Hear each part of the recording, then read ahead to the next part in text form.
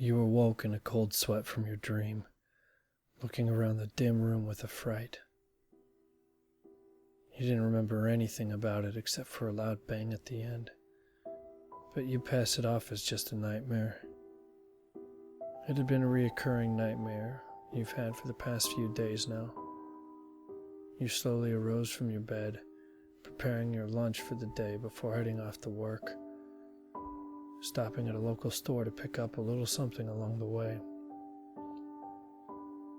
As you drove, you reflected on your life before now, how your life partner had recently passed away from an unknown cancer at such a young age, how your children had recently graduated from college and were now living on their own with decent paying jobs and dates as well.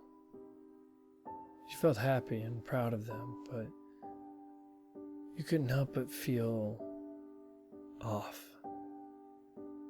It was like a sickness. It was a feeling of despairing emptiness eating away at you. You went to your small cubicle and started to get to work at your small desk. Your job was a fairly decent one that paid well in this day and age, considering the economy, but it was monotonous. It felt after a while all you were doing was pressing the same keys over and over again, moving your mouse around to give commands to a rather outdated personal computer. Click, click, click. You'd been repeating these same tasks for the past 3 years with no raise or any form of comfort at home to make things better.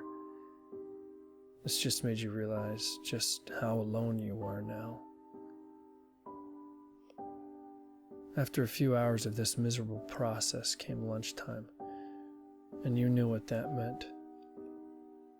You quickly grabbed your lunchbox and got up as you moved to where everybody else was eating.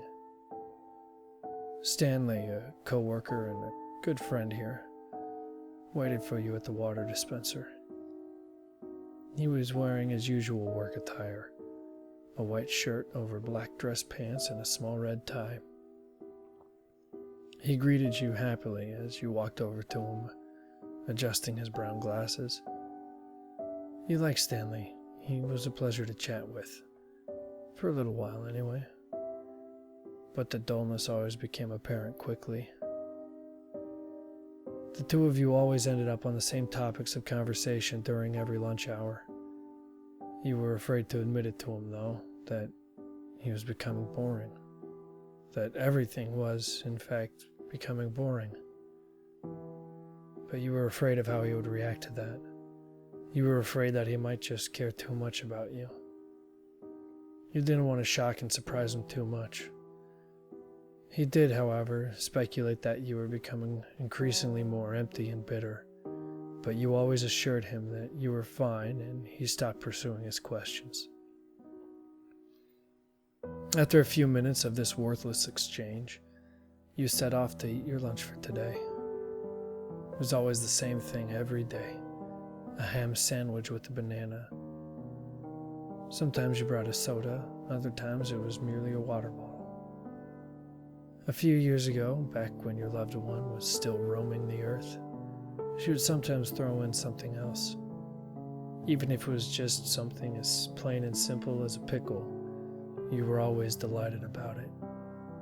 It was a break from the monotony of eating the same food every day.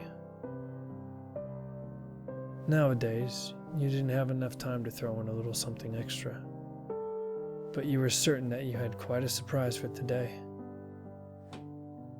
You consumed your sandwich very quickly, following it with your fruit without hesitation. Nobody seemed to notice how fast you were eating your food. It was almost too easy, you thought. This is when you usually return to your cubicle to get back to work, but today you had that little something extra. From your bag, you withdrew a small handgun you had just picked up from your last paycheck earlier that morning. Nobody noticed it for a few seconds, until a woman started to scream and point at the sight of the revolver.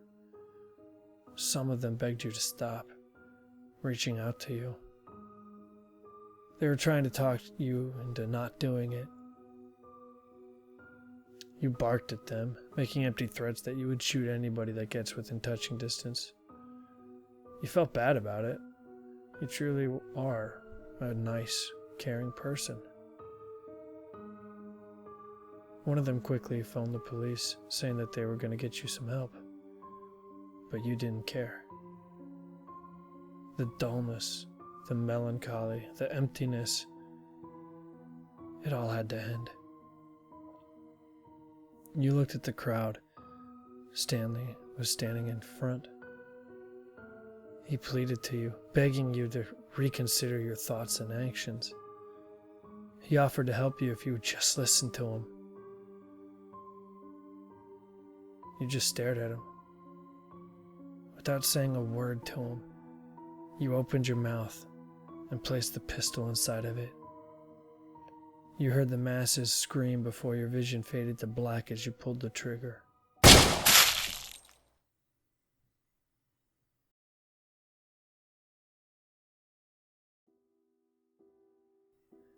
You awoke in a cold sweat from your dream, looking around the dim room with affright. You didn't remember anything about it except for a loud bang at the end, but you passed it off as just a nightmare. It had been a recurring nightmare you've had for the past few days now. You slowly arose from your bed, preparing your lunch for the day before heading off to work, stopping at a local store to pick up a little something along the way.